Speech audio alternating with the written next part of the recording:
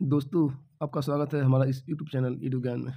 दोस्तों, आज हम बात करेंगे 68वीं बीपीएससी की प्रारंभिक परीक्षा की, जो कि 12 फरवरी 2023 को हुआ है। तो इसमें हम बात करेंगे सभी 150 प्रश्न का सही उत्तर का। इस उत्तर के दरमियान 2-3 उत्तर गलत भी हो सकते हैं दोस्तों, क्योंकि जब तक आयोग द्वारा आंसर की जारी नहीं किया जा सकता, तब तक कुछ क्वेश्चन को कन्फर्म नहीं बताया जा सकता। फिर भी हमारी तरफ से यह पूरा प्रयास है कि ज़्यादा से ज़्यादा सटीक से सटीक उत्तर को बताया जाए। तो चलिए इसी क्रम में हम पहले क्वेश्चन की तरफ चलते हैं और हमारा पहला क्वेश्चन इस प्रकार है कि भारत संविधान के अनुच्छेद 14 में लिखा हुआ कानून के समक्ष समानता किस देश के संविधान से लिया गया है? तो इसका आंसर हो जाएगा ब्रिटेन। दोस्तों, इसका आंसर हो जाएगा ब्रिटेन। चलिए दूसरे क्वेश्चन को देखते हैं फिर। भारत के संविधान को बनाने में कितना समय लगा है? तो इसका सही उत्तर हो जाएगा 2 वर्ष 11 माह 18 दिन। तीसरा नंबर क्वेश्चन, राज्य का मंत्रिपरिषद सामूहिक तौर पर किसके प्रति उत्तरदायित्व होते हैं? तो इसका आंसर हो जाएगा विधानसभा। उसके बाद चौथा नंबर क्वेश्चन है, निम्नलिखित कथनों पर विचार कीजिए। 73वें संशोधन के बाद विकेंद्रीकरण किया गया, तो निर्णय लेने की शक्तियों का, पूर्ण व्यवस्था का, न्यायिक शक्तियों का, प्रशासनिक शक्तियों का। इस तरह से इसका आंसर हो जाएगा उपयुक्त में से एक से अधिक। इसका आंसर हो जाएगा उपयुक्त में से एक से अधिक। चलिए बात करेंगे आगे। क्वेश्चन नंबर 5, राज्यसभा में प्रतिनिधित्व में शामिल है तो नागरिक द्वारा सीधे चुने गए सदस्य, अप्रत्यक्ष रूप से नागरिकों द्वारा चुने गए उनके प्रतिनिधियों के माध्यम से चुने गए सदस्य, भारत के राष्ट्रपति द्वारा मनोनीत सदस्य। इस तरह से तीनों इसमें हो जाएंगे। तो इसका आंसर हो जाएगा, सही आंसर हो जाएगा डी, उपयुक्त में से एक से अधिक। चलिए चलते हैं अगले प्रश्न की तरफ। निम्नलिखित में से किसका संबंध भारत के सर्वोच्च न्यायालय से है? जिसका सही आंसर हो जाएगा इनमें से सभी। डी, अपीलीय क्षेत्राधिकार, मूल क्षेत्राधिकार, कोलिजियम प्रणाली। चलिए क्वेश्चन नंबर 5 के 7 की तरफ चलते हैं। 73वें संविधान संशोधन अधिनियम के तहत पंचायती राज संस्थाओं में चुनाव लड़ने के लिए न्यूनतम कितनी आयु होनी आवश्यक है? तो उसका सही उत्तर हो जाएगा 21 वर्ष। क्वेश्चन नंबर आगे 8वां की तरफ चलते हैं। तो 8वां क्वेश्चन इस प्रकार है कि भारत में जिला स्तर पर उपभोक्ता विवाद निवारण के संदर्भ में निम्नलिखित में से कौन सा कथन सत्य नहीं है? तो ऑप्शन पहला नंबर ये है, राज्य सरकार यदि उचित समझे तो एक जिले में एक से अधिक जिला फोरम की स्थापना कर सकता है। ये सही है। जिला फोरम के सदस्य में एक महिला होनी चाहिए, यह आवश्यक नहीं है। जिला फोरम उन शिकायतों पर विचार करता है जहां वस्तु एवं सेवाओं का मूल्य 50 लाख रुपए से अधिक नहीं होता। ये सही नहीं है। इस तरह से इसका उत्तर हो जाएगा डी। चलते हैं 9वें नंबर प्रश्न की तरफ। एक पंचायत समिति किस स्तर पर एक पंचायती राज संरचना का संचालन करती है? तो उसका सही उत्तर हो जाएगा पंचायत समिति ब्लॉक स्तर पर होते हैं। जिला परिषद जिला स्तर पर और ग्राम पंचायत में।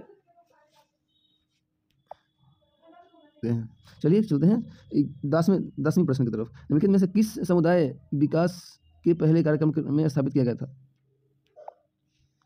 समुदाय विकास के पहले कार्यक्रम के रूप में स्थापित किया गया था, तो इसका हो जाएगा एकीकृत विकास कार्यक्रम। इसका उत्तर हो जाएगा बी नंबर। उसके बाद क्वेश्चन नंबर 11, SEZ अधिनियम 2005 के उद्देश्य क्या है? तो अतिरिक्त आर्थिक गतिविधियों का उत्पादन, वस्तु और सेवाओं के निर्यात को बढ़ावा देना, रोजगार निर्माण। तो इस तरह से इसका आंसर हो जाएगा 1, 2, 3। इसका आंसर हो जाएगा 1, 2, 3 ए नंबर। चलिए 12 नंबर क्वेश्चन की तरफ चलते हैं। कृषि विपणन प्रणाली में सुधार के लिए भारत सरकार द्वारा अपनाया गया नीतिगत उपाय क्या है? इसका आंसर हो जाएगा न्यूनतम समर्थन मूल्य, ए नंबर दोस्तों। 13 नंबर क्वेश्चन, किस समिति ने प्रतिस्पर्धा अधिनियम 2002 के अधिनियमित करने का सुझाव दिया है? तो हो जाएगा SVS राघवन समिति। 2 नंबर इसका आंसर हो जाएगा दोस्तों। चलिए चलते हैं 14 नंबर प्रश्न की तरफ। 14 नंबर प्रश्न मिलान करने वाला है, जिसको हम दिखा देते हैं अच्छे से, इसको देखिए। तो 14 नंबर प्रश्न, सूची 1 सूची 2 को सम्मिलित करना है, तो इसका आंसर हो जाएगा 1 नंबर। 14 नंबर प्रश्न का आंसर हो जाएगा 1 नंबर। मतलब कि धूसर क्रांति का संबंध उर्वरक उत्पादन यानी फर्टिलाइजर से, गुलाबी क्रांति का उत्पादन प्याज से है, रजत क्रांति का उत्पादन अंडे से, एवं लाल क्रांति का टमाटर एवं मांस से। चलिए क्वेश्चन नंबर, निम्नलिखित में से कौन सी पंचवर्षीय योजना मानव संसाधन विकास पर केंद्रित था? इसका सही उत्तर हो जाएगा नन ऑफ दीज, यानी कि उपरोक्त में से कोई नहीं, ई। इसका सही उत्तर है 8वीं पंचवर्षीय योजना दोस्तों। चलिए क्वेश्चन नंबर हम चलते हैं 16 की तरफ।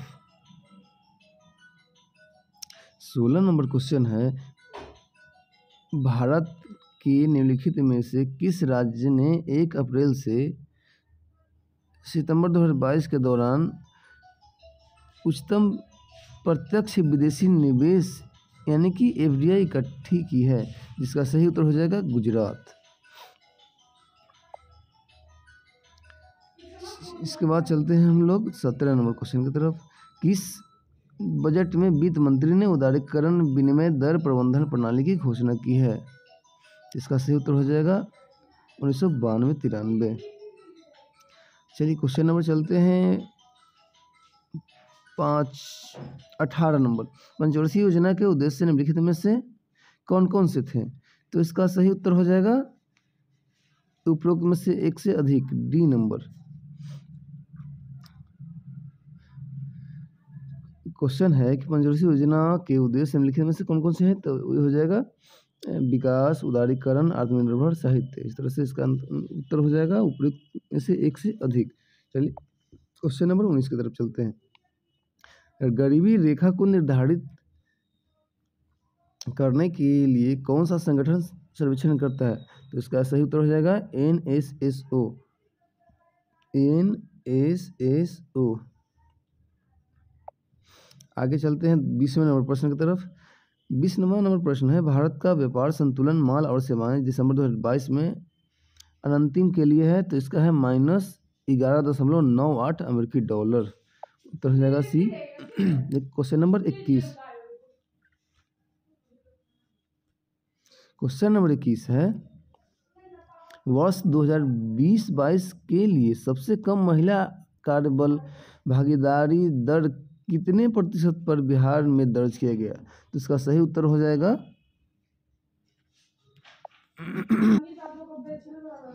तो ये हो जाएगा उपरोक्त में से कोई नहीं।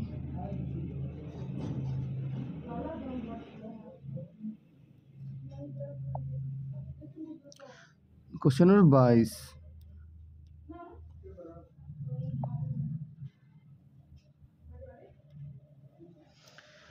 अधिकतम कर उद्योग किस जिले में है?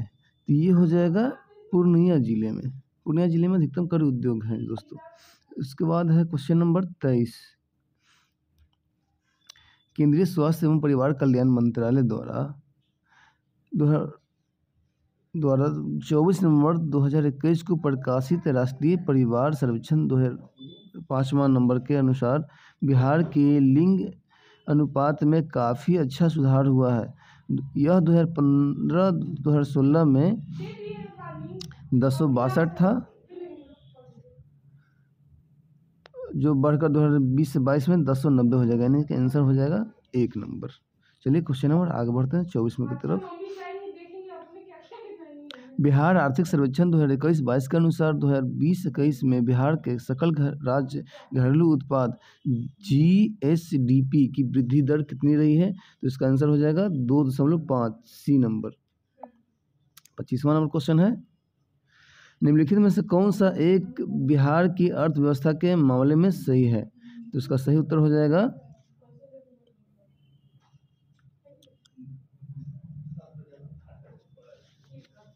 भारत में सबसे कम विकास दर में से एक है, जो 2.5 है।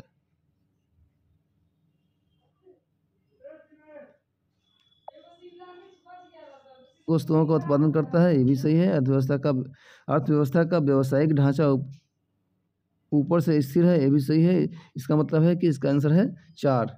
उपरोक्त में से एक से अधिक यही इसका सही उत्तर हो जाएगा दोस्तों। अब 26 नंबर प्रश्न की तरफ चलते हैं। 26 नंबर प्रश्न है, प्रथम बार संघर्ष के तरीके के रूप में स्वदेशी एवं बहिष्कार किसके द्वारा अपनाए गए थे? तो इसका उत्तर हो जाएगा बंगाल विभाजन, यानी कि 2 number question answer B. 27 number question, 1906 में आयोजित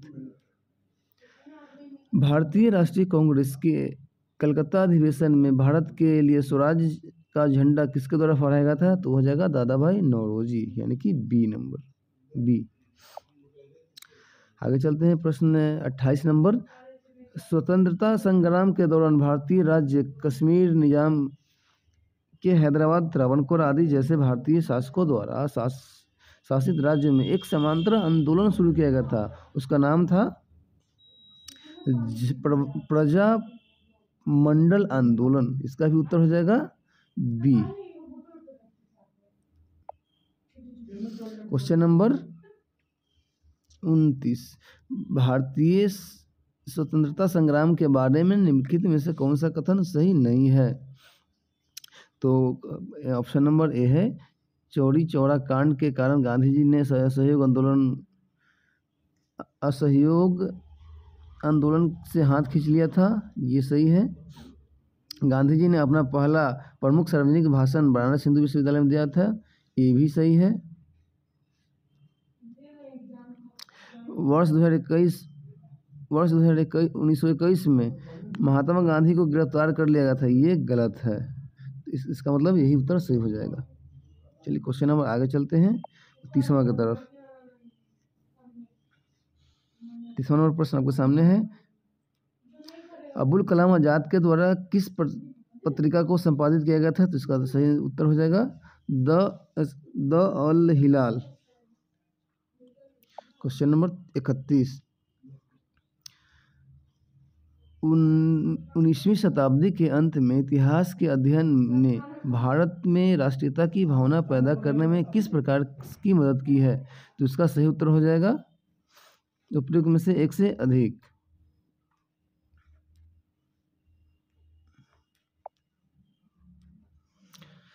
तो इतिहास की पुनर्व्याख्या करके और अंग्रेजों द्वारा भारत को पिछड़ा, आदिम और खुद पर शासन करने में असमर्थ के रूप में चित्रित करने का खंडन करके, एक नंबर ये भी सही है। भारत के गौरवशाली अतीत के बारे में लिखकर और लोगों को उनकी उपलब्धियों पर गर्व करने का आग्रह करके, ये भी ठीक है, ये भी सही है।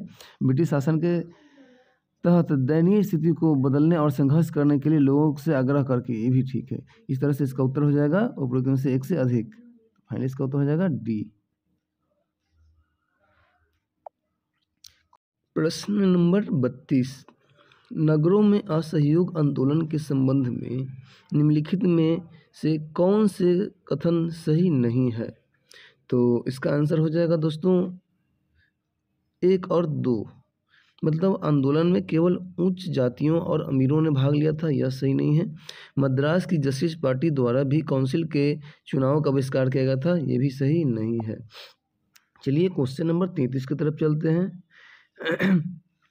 एक सन्यासी जो फिजी में एक गिरमिटिया मजदूर के रूप में काम करने के बाद उस जिले में अपनी पीठ पर तुलसीदास रामायण की एक प्रति लेकर आया था, जिससे वह ग्रामीण श्रोताओं को छंद सुनाता था। यहाँ जिस किसान नेता का जिक्र हो रहा है उसका नाम है रामचंद्रन। ऑप्शन नंबर सी। इसके बाद है 34 नंबर, ऑल इंडिया हरिजन संघ के स्थापना 1932 में किसने किया? तो इसका आंसर हो जाएगा महात्मा गांधी, बी। इसके बाद क्वेश्चन नंबर 35, 20 फरवरी 1947 को प्रधानमंत्री इटली ने भारत से ब्रिटिश शासन को कब तक वापस लेने की घोषणा की थी? यह था जून 1948, यह था 3 जून 1948। उसके बाद क्वेश्चन नंबर 36, स्वराज दल की स्थापना बिहार में किसने किया? तो इसका यह है श्री कृष्ण सिंह। इसका आंसर हो जाएगा 1 नंबर दोस्तों। इसके बाद क्वेश्चन नंबर 37 है, नमक सत्याग्रह के दौरान बिहार के लोगों ने नमक बनाने के साथ साथ सरकार के विरुद्ध किस कर का विरोध करने का विकल्प चुना था? तो इसका आंसर हो जाएगा उपरोक्त में से कोई नहीं।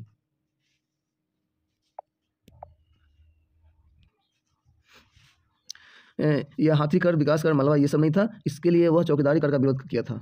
इस तरह से, इसलिए इसका आंसर है उपरोक्त में से कोई नहीं। चलिए क्वेश्चन नंबर 38 की तरफ चलते हैं। श्री कृष्ण सिंह द्वारा गठित बिहार की निर्वाचित सरकार ने फरवरी 1938 में किस कारण से इस्तीफा दे दिया था? तो इसका सही आंसर हो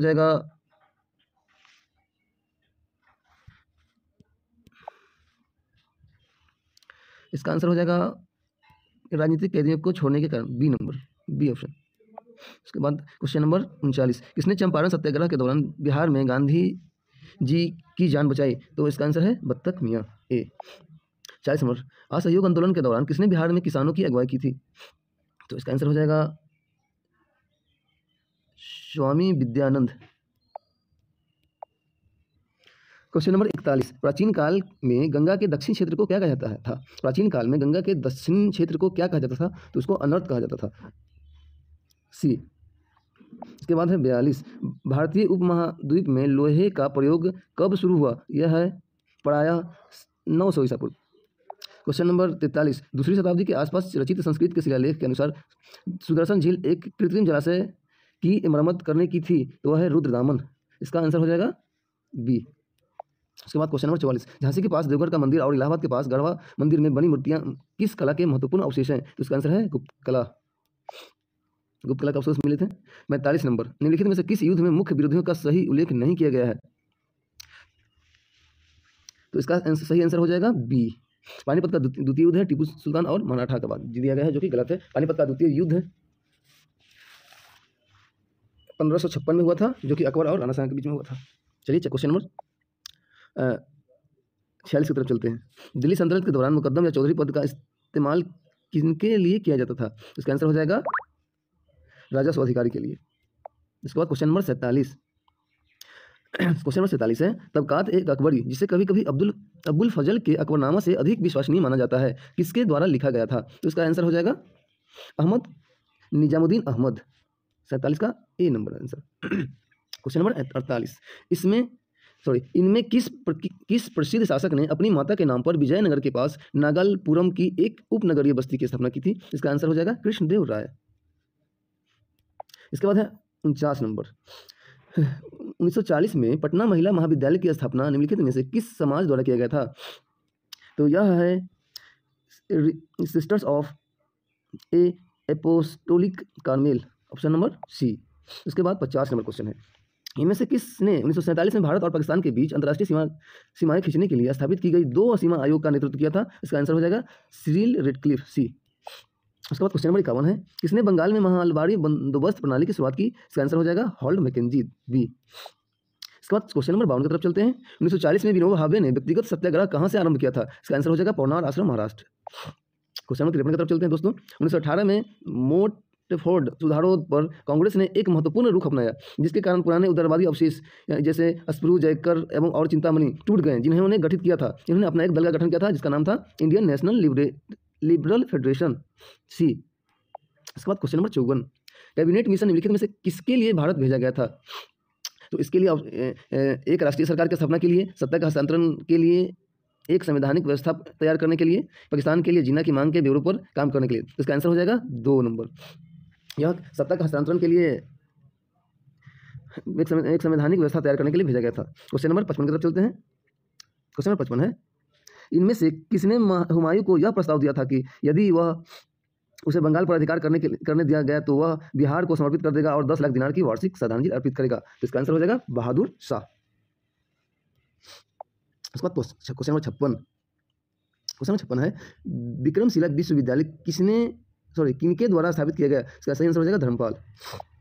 उसके बाद क्वेश्चन नंबर 57, इनमें से बिहार के प्रथम राज्यपाल कौन थे? तो उसका आंसर है sir James David Shifton. Question number 58, Mahatma Gandhi and Bihar some reminiscences के लेखक कौन थे? इसका आंसर है जेपी नारायण, यानी कि जयप्रकाश नारायण। 59 नंबर क्वेश्चन, बिहार का सबसे पुराना गिरजाघर कौन है? तो इसका आंसर हो जाएगा पादरी हवेली। क्वेश्चन नंबर 60, दिग्गंत अभिनेता कुमुदलाल गांगुली, जिन्हें उनके मंचीय नाम अशोक कुमार से भी जाना जाता है, का जन्म बिहार के निम्नलिखित में से किस शहर में हुआ था? इसका आंसर हो जाएगा भागलपुर। यह भागलपुर जिला में इनका जन्म हुआ था दोस्तों। 61 नंबर, निम्नलिखित में से किस केंद्रीय मंत्रालय ने हाल ही में 2022 में युवा 2.0 योजना का शुभारंभ किया था? इसका सही आंसर हो जाएगा शिक्षा मंत्रालय। उसके बाद 62 नंबर, गृह मंत्रालय ने नवंबर 2022 को देश की कितनी भाषाओं की फील्ड वीडियोग्राफी के साथ भारतीय मातृभाषा सर्वेक्षण यानी कि MTSI कार्य को पूरा किया है? इसका आंसर हो जाएगा 576 भाषाओं में यह MTSI कार्य किया गया है दोस्तों। उसके बाद 63 नंबर, निम्नलिखित में से किस समिति ने 1 जनवरी 2026 से पूर्ण मूल्य निर्धारण स्वतंत्रता की सिफारिश करते हुए गैस मूल्य निर्धारण पर एक रिपोर्ट प्रस्तुत किया है?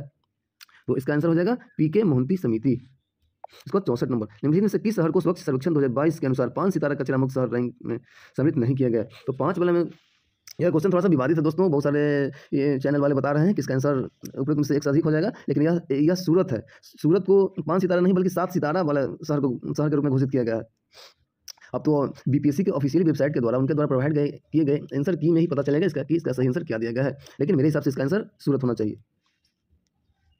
क्वेश्चन नंबर 65, प्रधानमंत्री ने निम्नलिखित में से किस स्थान पर पहला ग्रीनफील्ड हवाई अड्डा डोनी पोलो हवाई अड्डे का उद्घाटन किया है? तो इसका आंसर हो जाएगा ईटानगर, अरुणाचल प्रदेश वाली। क्वेश्चन नंबर 66, किस जानवर को नवंबर 2022 में भारतीय खाद्य सुरक्षा और मानक प्राधिकरण यानी कि FSSAI द्वारा एक खाद्य पशु के रूप में अनुमोदित किया गया है? इसका आंसर हो जाएगा हिमालयी याक। इसके बाद क्वेश्चन नंबर 67 की तरफ चलते हैं। भारत का पहला फ्लोटिंग वित्तीय साक्षरता शिविर हाल ही में इंडियन पोस्ट पेमेंट बैंक द्वारा निम्नलिखित में से किस स्थान पर आयोजित किया गया? इसका सही आंसर हो जाएगा श्रीनगर। इसके बाद क्वेश्चन नंबर 68 की तरफ चलते हैं। भारत के राष्ट्रपति ने निम्नलिखित में से किस IITA में परम कामरूप सुपर कंप्यूटर सुविधा का उद्घाटन किया है? इसका आंसर हो जाएगा गुवाहाटी। 69 number question. 8 अक्टूबर 2022 को मनाए गए 90वें भारतीय वायुसेना दिवस पर 80 वायुयानों के घंटे भर का हवाई प्रदर्शन निम्नलिखित में से किस स्थान पर आयोजित किया गया था? इसका आंसर हो जाएगा सुखना झील चंडीगढ़ के पास। 70 नंबर। भारत सरकार के पोषण अभियान के तहत वर्ष के किस महीने को राष्ट्रीय पोषण माह या नेशनल न्यूट्रिशन मंथ के रूप में मनाया जाता है? इसका आंसर हो जाएगा सितंबर माह। अब 71 नंबर क्वेश्चन की तरफ चलते हैं। चीन के तियांगोंग अंतर्राष्ट्रीय स्टेशन के हाल ही में लॉन्च किए गए अंतिम मॉडल का नाम क्या है? इसका अंतिम मॉडल है मेंगटियन C। उसके बाद 72 नंबर क्वेश्चन। निम्नलिखित में से कौन सा विश्व का सबसे बड़ा ज्वालामुखी है जो पिछले 38 वर्षों में पहली बार फूटा? यह है मौना लोआ हवाई द्वीप का ज्वालामुखी जो कि पिछले 38 वर्षों में पहली बार फूटा है। इसके बाद 73 नंबर क्वेश्चन। इनमें से किसे हाल ही में उसके उपन्यास द 7 मूव्स ऑफ माली अल्मेडा के लिए 2022 का बुकर पुरस्कार दिया गया है? यह श्रीलंका के सेहान करुणातिलक को दिया गया है। इसके बाद 74 नंबर क्वेश्चन। विश्व अंतरिक्ष सप्ताह 2022 की थीम क्या थी? इसका थीम था अंतरिक्ष और निरंतरता। क्वेश्चन आंसर हो जाएगा C। 75। निम्नलिखित में से किस लेबोरेटरी ने दिसंबर 2022 में एक ऐतिहासिक नाभिकीय संलयन का सफलता का दावा किया है? इसका आंसर हो जाएगा लॉरेंस लिवरमोर नेशनल लेबोरेटरी। उसके बाद क्वेश्चन नंबर 76। कॉलिन डिक्शनरी का वर्ड ऑफ द ईयर 2022 निम्नलिखित में से कौन सा है? तो इसका सही आंसर है परमाक्सिस। उसके बाद 77 नंबर। निम्नलिखित में से किस देश ने सेनेगल के साथ मिलकर COP27 के दौरान अंतर्राष्ट्रीय सूखा लचीलापन गठबंधन का शुभारंभ किया है? इसका आंसर हो जाएगा Spain. 78 number question number 78। Bharat में पहली बार किस देश के दूतावास ने निहोंसू के लिए GI टैग के लिए आवेदन किया था? इसका आंसर हो जाएगा जापान।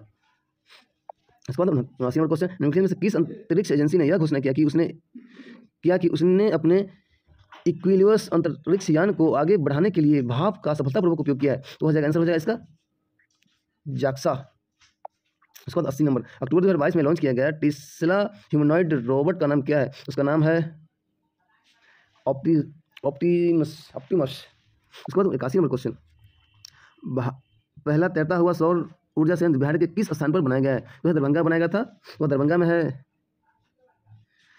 कादिराबाद जगह का नाम दरभंगा। C number answer. उसके बाद 82 नंबर को देखेंगे। वर्ष 2019-20 के आर्थिक सर्वेक्षण के अनुसार किस जिले की प्रति व्यक्ति आय सबसे कम है? तो वह शिवहर जिला। उसके बाद क्वेश्चन नंबर 83 को देखेंगे। 2020-21 के लिए नीति आयोग SDG रिपोर्ट के अनुसार बिहार राज्य का स्कोर कितना रहा? तो वह है बिहार राज्य का स्कोर 100 में से 52 C 84। खेलो इंडिया महिला टूर्नामेंट में पहली बार किस खेल को शामिल किया गया है? तो है ट्रैक साइकिलिंग। उसके बाद 85 नंबर। निम्नलिखित में से किसे अगस्त 2022 में भौगोलिक संकेतन GI टैग से सम्मानित किया गया? वह है मिथिला मखाना। इसका आंसर हो जाएगा C नंबर मिथिला मखाना। इसको 86। निम्नलिखित में से किसे वर्ष 2022 में यूनेस्को की धरोहर सूची में जोड़ा गया? वह है लंगर सिंह कॉलेज में खगोलीय वेधशाला A। इसका 87 number. Business reforms action plan BRAP द्वारा वर्ष 2020 में व्यापार करने में आसानी में बिहार ने 36 राज्यों में कौन सा रैंक हासिल किया है? तो इनमें से कोई नहीं। इसका आंसर हो जाएगा क्योंकि इसका रैंक क्या है 22वां रैंक मिला था उसको। इसका सही उत्तर हो जाएगा उपरोक्त में से कोई नहीं, इसको 22वां रैंक दिया गया था। Question number 88। 28 दिसंबर 2022 को मुख्यमंत्री नीतीश कुमार द्वारा गंगा जल आपूर्ति योजना का उद्घाटन किस स्थान पर किया गया था? दोस्तों ध्यान देने वाली बात है, यह 27 नवंबर को किया गया था तो वह राजगीर से किया गया था, और 28 नवंबर को कहा गया है तो यह बोधगया से किया गया है। इस तरह से इसका आंसर मेरे हिसाब से बोधगया होगा। बाकी आंसर की आने के बाद पता चलेगा कि इसका आंसर बोर्ड ने क्या दिया है। अगर 27 नंबर रहता तो राजगीर होता, लेकिन 28 नंबर दे रहा है, इसलिए इसका आंसर मेरे हिसाब से बोधगया होना चाहिए। Question number 89। निम्नलिखित में से किस एसोसिएशन बोर्ड ने अक्टूबर 2022 में पुरुष और महिला खिलाड़ियों के लिए के समान वेतन की घोषणा की है? इसका आंसर हो जाएगा भारतीय क्रिकेट कंट्रोल बोर्ड B। 90। पिछले 10 वर्षों में राज्य का शहरीकरण बहुत तेजी से बढ़ा। 2011 की जनगणना के अनुसार बिहार में शहरीकरण का स्तर 11.3 से 15.3 तक बढ़कर हो गया है। इसका सही आंसर हो जाएगा A। 91 नंबर। अटॉक में अपनी पहाड़ी यात्रा के अंत में सिंधु नदी अफगानिस्तान की किस नदी से जुड़ती है? तो इसका आंसर हो जाएगा काबुल। उसके बाद है निम्नलिखित में से 92 नंबर। निम्नलिखित में से कौन सा विश्व में सुप्रचारित वन्य जीव अभ्यारण्य है जिसे 1973 में शुरू किया गया अभियान है? तो इसका सही आंसर हो जाएगा प्रोजेक्ट टाइगर। इसका आंसर हो जाएगा प्रोजेक्ट टाइगर, जो कि 1973 में शुरू किया गया था। उसके बाद क्वेश्चन नंबर 93, क्षोभ मंडल के बारे में निम्नलिखित में से कौन सा कथन सत्य है? इसका सही आंसर हो जाएगा इसकी औसत ऊंचाई लगभग 13 किलोमीटर होती है। क्वेश्चन नंबर 94, पेंजिया से टूटे हुए दक्षिणी महाद्वीप को क्या कहा जाता है? उसे कहते हैं गुडवाना लैंड। उसके बाद क्वेश्चन नंबर 95, आर्कटिक क्षेत्र और अंटार्कटिका महाद्वीप किसके निकट स्थित है? इसका आंसर हो जाएगा उत्तरी और दक्षिणी ध्रुव, ऑप्शन नंबर बी। उसके बाद प्रश्न चलते हैं 95 की तरफ। क्वेश्चन नंबर 96 है, म्यांमार के साथ भारत के किन राज्यों की सीमाएं मिलती है? तो इसका आंसर हो जाएगा ए अरुणाचल प्रदेश, नागालैंड, मणिपुर, मिजोरम। क्वेश्चन नंबर 97, निम्नलिखित में से कौन सा समुद्री जीव जैव विविधता के दृष्टिकोण से दुनिया का सबसे समृद्ध क्षेत्र है, जिसमें ज्वारनदमुख, समुद्र तट, निकटवर्ती पर्यावरण के जंगल, समुद्री घास, प्रवाल भित्तियां, नमक दलदल और मैंग्रोव के साथ 21 द्वीप शामिल है? इसका आंसर हो जाएगा मन्नार खाड़ी बायोस्फीयर रिजर्व, ए। इसके बाद क्वेश्चन नंबर 98 क्वेश्चन नंबर 98 है, क्वेश्चन नंबर 98 है, कोपेन की वर्गीकरण योजना के अनुसार उत्तर प्रदेश और बिहार किस प्रकार के जलवायु प्रदेश में आते हैं? तो है CWG प्रदेश। क्वेश्चन नंबर 99 मतलब 99, भारत की क्षेत्रीय सीमा तट से कितने समुद्री मील या किलोमीटर तक समुद्र की ओर फैली हुई है? तो है 12 मील, 12 समुद्री मील, मतलब कि लगभग 21.9 किलोमीटर। इसके बाद क्वेश्चन नंबर 100वें नंबर की तरफ चलते हैं दोस्तों। क्वेश्चन नंबर 100 है, भारत में निम्नलिखित में से कौन सी नदी घाटी कोयले के भंडारण में समृद्ध है? तो है दामोदर नदी घाटी। इसके बाद क्वेश्चन नंबर 101, भारत में चीनी उद्योग के बारे में निम्नलिखित में से कौन सा कथन सही है? तो इसका आंसर हो जाएगा बी और सी, ये भी कथन सही है। महाराष्ट्र देश में अग्रणी चीनी उत्पादक के रूप में उभरा है और उत्तर प्रदेश चीनी उत्पादन का दूसरा सबसे बड़ा उत्पादक है। इस तरह से इसका फाइनली आंसर हो जाएगा उपरोक्त में से एक से अधिक, यानी कि डी। क्वेश्चन नंबर 102, ग्रीष्म के अंत में पूर्व मानसून वर्षा होती है, जो केरल और कर्नाटक के तटीय क्षेत्रों में एक सामान्य घटना है। इसे स्थानीय रूप से किस नाम से जाना जाता है? तो इसका आंसर हो जाएगा मैग्रो शावर्स, यानी कि आम्र वर्षा। उसके बाद 103 नंबर, वातावरण मुख्य रूप से किसके द्वारा गर्म होता है? तो इसका आंसर हो जाएगा दीर्घ तरंग स्थलीय विकिरण, option C. Question number 104, Bharat के निम्नलिखित में से किस राज्य की सीमा बिहार में अधिकतम जिलों से लगती है? इसका आंसर हो जाएगा झारखंड। झारखंड 8 जिलों से, जबकि उत्तर प्रदेश 7 जिलों से लगता है दोस्तों। उसके बाद क्वेश्चन नंबर 105, निम्नलिखित में से कौन सा भागलपुर से मिर्जा चौकी की ओर रेल मार्ग में बिहार का अंतिम रेलवे स्टेशन है? तो उसका आंसर हो जाएगा पीरपंती रेलवे स्टेशन, 105 का option number A. 106 number, Bihar में खनिज उत्पादन के संदर्भ में निम्नलिखित कथनों पर विचार कीजिए। तो इसका आंसर हो जाएगा पहला है कि रोहतास में पैरेट का सर्वाधिक भंडारण है, चूना पत्थर कैमूर यानी कि भभुआ, मुंगेर एवं रोहतास जिले में होता है, जमुई जिले में सोने के भंडारण है। इस तरह से इसका आंसर हो जाएगा उपयुक्त में से एक से अधिक, इसका सारा कथन सही है। क्वेश्चन नंबर 107, निम्नलिखित में से क्वेश्चन 107, बिहार में बहने वाली पवित्र नदी फाल्गु निम्नलिखित में से किस नदियों के संगम से बनी है? तो इसका आंसर हो जाएगा मोहाना और लीलाजा नदी, सी ऑप्शन। उसके बाद 108, बिहार में निम्नलिखित में से किस स्थान पर पहली बार चाय बागानों की स्थापना की गई? इसका आंसर हो जाएगा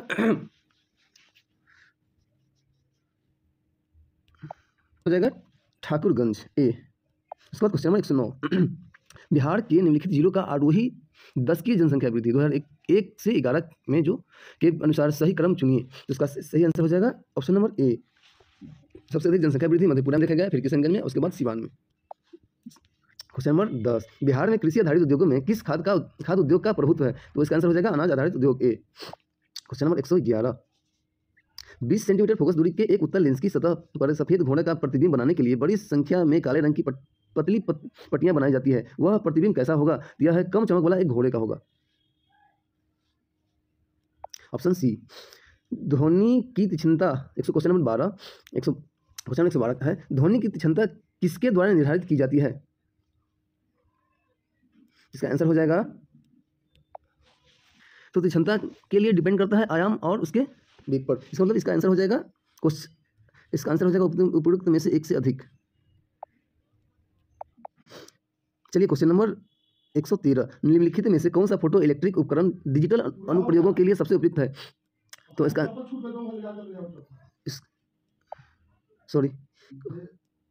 निम्नलिखित में से कौन सा फोटो इलेक्ट्रिक उपकरण डिजिटल अनुप्रयोगों के लिए सबसे उपयुक्त है? इसका आंसर हो जाएगा फोटोवोल्टिक सेल, इसका आंसर हो जाएगा photo diode, option C.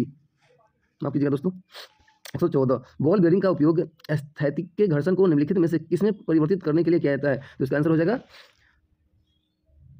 Answer हो जाएगा रोलिंग घर्षण, option number C. Question number 115 football के खेल में एक गोलकीपर फुटबॉल को गोल में पकड़ने के बाद अपने हाथों को पीछे की ओर खींचता है।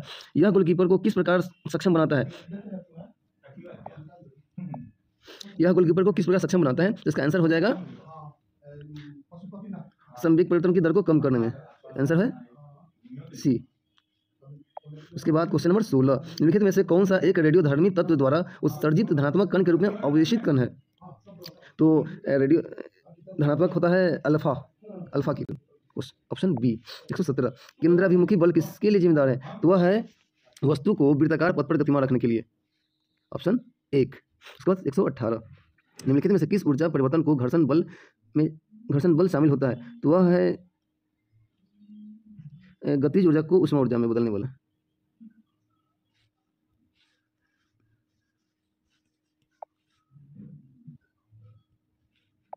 क्वेश्चन नंबर 119 एक बस सीधी रास्ते पर चल रही है और अचानक दाईं ओर एक तेज मोड़ लेती है। बस में बैठे यात्री बाईं ओर झुक जाएंगे। न्यूटन की गति के प्रथम के नियम अनुसार यह बाईं ओर झुक जाएंगे, option number B.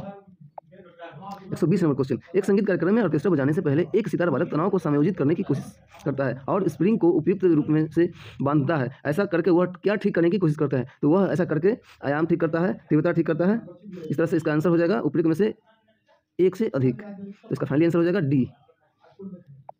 Question number 121 पदार्थ के एक रूप का कोई निश्चित आकार नहीं होता लेकिन इसका एक निश्चित आयतन होता है। पदार्थ के इस रूप का एक उदाहरण है वह है मिट्टी का तेल। उसके बाद 122 कुछ धातु ऑक्साइड अम्ल और क्षार के साथ अभिक्रिया करके नमक और पानी बनाते हैं। इन्हें उभयधर्मी ऑक्साइड कहते हैं। उभयधर्मी ऑक्साइड का उदाहरण है, उभयधर्मी ऑक्साइड का उदाहरण है कॉपर ऑक्साइड, जिंक ऑक्साइड और एल्युमिनियम ट्राई ऑक्साइड। उसका सही आंसर हो जाएगा उपयुक्त में से एक से अधिक। ये भी सही है, ये भी सही है, ये भी सही है। तो फाइनल आंसर है डी। चलिए क्वेश्चन नंबर 123 की तरफ चलते हैं। कौन सी गैस अपने ग्रीन हाउस प्रभाव से ग्लोबल वार्मिंग में योगदान करती है? इसका आंसर हो जाएगा कार्बन डाइऑक्साइड। सॉरी, इसका कार्बन डाइऑक्साइड मीथेन भी हो जाएगा। तो इस तरह से इसका आंसर हो जाएगा उपयुक्त में से कोई नहीं। फाइनली क्वेश्चन नंबर 124 अम्ल धातु कार्बोनेट से अभिक्रिया कर एक गैस उत्पन्न करता है जिसका नाम है कार्बन डाइऑक्साइड गैस, हाइड्रोजन एक। उसके बाद क्वेश्चन नंबर 125 HCCOH को कौन सा अम्ल कहा जाता है? तो इसको कहा जाता है ऑक्जेलिक अम्ल, क्वेश्चन ऑप्शन ए। उसके बाद 126 आपको 3 प्रखंडियाँ दी गई है, उनमें से एक में आंसू जल और 2 में से एक में अम्लीय विलयन तथा दूसरे में क्षारीय विलयन है। इनमें से किसमें लाल लिटमस पत्र नीला हो जाएगा? तो लाल लिटमस पत्र को नीला करने वाला वह क्षार होता है। तो इसका ऑप्शन हो जाएगा, आंसर हो जाएगा बी। क्वेश्चन नंबर 127 एसिटिक अम्ल की गंध किसके समान होता है? तो एसिटिक अम्ल का गंध होता है एक सिरका के जैसा। क्वेश्चन नंबर 127 का आंसर सी, सिरका जैसा। फिर है 128 शुष्क एशियल गैस शुष्क लिटमस पत्र का रंग क्यों नहीं बदलती? क्योंकि इसका आंसर हो जाएगा बी, कोई हाइड्रोनियम आयन मौजूद नहीं होते। लिटमस पत्र केवल हाइड्रोनियम आयन की उपस्थिति में रंग बदलता है। क्वेश्चन नंबर 129 विषम का पता लगाना है, तो विषम में है यह हो जाएगा सीमेंट की सेटिंग, ऑप्शन ए। क्वेश्चन 130 हीरा और ग्रेफाइट के बारे में लिखित में से कौन सा कथन सत्य है? तो उसके पास समान क्रिस्टल संरचना होती है, सब गलत है। उसके पास समान डिग्री कठोरता होती है, ये भी गलत है। उसकी भी चालकता समान होती है, ये भी गलत है। अतः इसका आंसर हो जाएगा उपरोक्त में से कोई नहीं। इसके बाद क्वेश्चन नंबर 131 किसी परिवर्तन के कारण रंध्र खुलते या बंद होते हैं? तो इसका आंसर हो जाएगा कोशिकाओं में पानी की मात्रा। Question number option number B chlorophyll सूर्य के प्रकाश के तरंग को अवशोषित करता है। तो कौन कौन सा तरंग को अवशोषित करता है? तो है लाल और नीले, ऑप्शन सी। क्वेश्चन नंबर 133 निम्नलिखित में से कौन सा मेल सही नहीं है? तो इसका आंसर हो जाएगा उपयुक्त में से कोई नहीं, इसमें कोई मेल नहीं खाता है। क्वेश्चन नंबर 134 सक्शन पुल के कारण पेड़ों में पानी बहुत ऊंचाई तक पहुंच जाती है, इसका कारण है वाष्पोत्सर्जन। क्वेश्चन नंबर 135 निम्नलिखित में से कौन सा क्लोरोप्लास्ट का एक लक्षण है जो उसे स्वप्राकृतिक के योग्य बनाती है? तो इसमें होता है डीएनए और आरएनए दोनों की उपस्थिति के कारण। क्वेश्चन नंबर 136 कंकाल के वही से जो हड्डियों की तरह मजबूत और जो मोड़े जा सकते हैं उसे क्या बोलते हैं? उसको बोलते हैं कार्टिलेज। इसका क्वेश्चन नंबर 137, लाइकेन में एक क्लोरोफिल युक्त एक साथ होता है। इसको क्वेश्चन को पूरा देख लीजिएगा, मेरे पास इसका क्वेश्चन कटा हुआ ही मिला है। इसका आंसर हो जाएगा कब, इसका आंसर हो जाएगा शैवाल और कवक, ऑप्शन सी। क्वेश्चन नंबर 138, मादा एनोफिलीज को मादा क्यूलेक्स से भिन्न भिन्न, इस तरह का क्वेश्चन था कि अलग कैसे समझा जा सकता है, भिन्न कैसे समझा जा सकता है, क्योंकि यह बैठती है तो यह बैठती है आधा स्तर की सतह के समांतर। इसका आंसर हो जाएगा ऑप्शन बी। क्वेश्चन नंबर 139, शरीर की प्रतिरोध क्षमता से जुड़ा कुछ का संबंध बताना था दोस्तों। इसमें इस क्वेश्चन को इस तरह से देख लीजिएगा, यह कट गया है स्कैनिंग करने के बाद। इसका आंसर हो जाएगा लिम्फोसाइट। मानव शरीर की मांसपेशी के बारे में कौन सा कथन गलत है? तो यह है ऑप्शन नंबर सी, मांसपेशियां केवल हड्डी को धक्का देती है, ऑप्शन गलत है। 141, किस कूट भाषा में, सो यह रीजनिंग है दोस्तों, यह रीजनिंग है 141 का 1,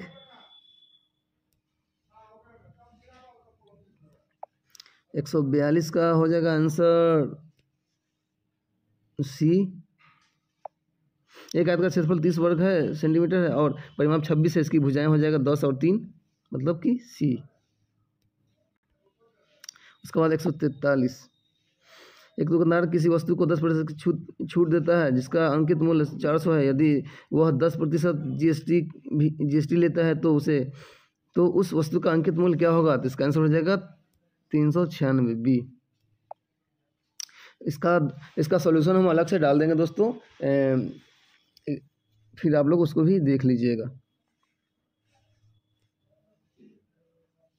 इसके बाद क्वेश्चन है 144, निम्नलिखित शब्दों का तार्किक और सार्थक शब्द में से सजाइए। तो इसका सार्थक शब्द हो जाएगा राष्ट्रपति, फिर उपराष्ट्रपति, प्रधानमंत्री, अध्यक्ष, फिर सांसद। इसका मतलब है कि इसका आंसर हो जाएगा ये ऑप्शन बी, 2, 1, 4, 3, 5, मतलब राष्ट्रपति, उपराष्ट्रपति, प्रधानमंत्री, अध्यक्ष और सांसद। चलिए क्वेश्चन नंबर 145 की तरफ चलते हैं। तो इसका रेशमा अपनी संपत्ति का 1/4 एक धर्मार्थ संगठन को देती है और बची हुई संपत्ति को अपने 3 बच्चों में बराबर बांटती है। प्रत्येक बच्चे को मिलने वाली संपत्ति का भाग होगा। तो प्रत्येक बच्चे को संपत्ति मिल जाएगा 1/4। 1/4 दे देने के बाद बचेगा 3/4,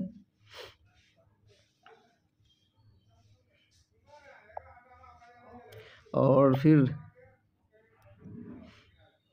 3/4 को 3 लोगों में बांटेगा तो 1/4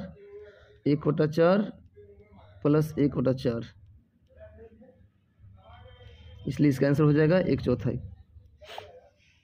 इसके बाद 146 नंबर, निम्नलिखित में से कौन सा कथन असत्य है? तो इसका हो जाएगा आंसर उपरोक्त में से कोई नहीं, क्योंकि इसका सारा कथन सत्य है। कथन है कि प्रत्येक वर्ग एक आयत है तो होता है आयत होता है, प्रत्येक समचतुर्भुज एक समतल चतुर्भुज होता है, प्रत्येक वर्ग एक समचतुर्भुज होता है, ये भी होता है। अतः इसका आंसर इसका फाइनली आंसर हो जाएगा उपरोक्त में से कोई नहीं। चलिए क्वेश्चन नंबर चलते हैं 147 की तरफ। क्वेश्चन नंबर 147 है। क्वेश्चन नंबर 47 को नहीं पढ़ रहा हूँ दोस्तों, क्योंकि ये लंबा क्वेश्चन है और फिर वीडियो को समय को बढ़ा सकता है, इसलिए इसका आंसर हम डायरेक्ट बता देते हैं। इसका आंसर हो जाएगा बी, बहनोई, देवर या साला की पत्नी, इसको बोल सकते हैं। क्वेश्चन नंबर 148 की तरफ चलते हैं। क्वेश्चन नंबर 148 है कि डायरी के अक्षरों के कितने शब्दों बनाए जा सकते हैं, चाहे उनके अर्थ हो या ना हो? इसका आंसर हो जाएगा उपयुक्त में से कोई नहीं, क्योंकि इसको बनाने के बाद इसका आंसर हो जाएगा 5, 4, 3, 2 × 1, यानी कि 6 4 को 24, 25 120, यानी 120 इसका आंसर हो जाएगा दोस्तों। चलिए क्वेश्चन चलते हैं 149 की तरफ। इसका आंसर हो जाएगा, ये रीजनिंग टाइप का है, तो इसका आंसर हो जाएगा ये 7। 44 से 37 को घटा के गुना किया जा रहा है 7 से, 44 - 37, तो इसका बचेगा 7 और गुने 7 मतलब कि 49। उसके बाद इसी तरह क्वेश्चन इसमें से घटा लेना है। एक 52 में से 41, ये हो जाएगा 11 और 11 गुने कर लेंगे 7 तो हो जाएगा 77। चलिए क्वेश्चन नंबर 150 की तरफ चलते हैं, जो कि आखिरी क्वेश्चन होगा हमारा, और इसका आंसर है 428।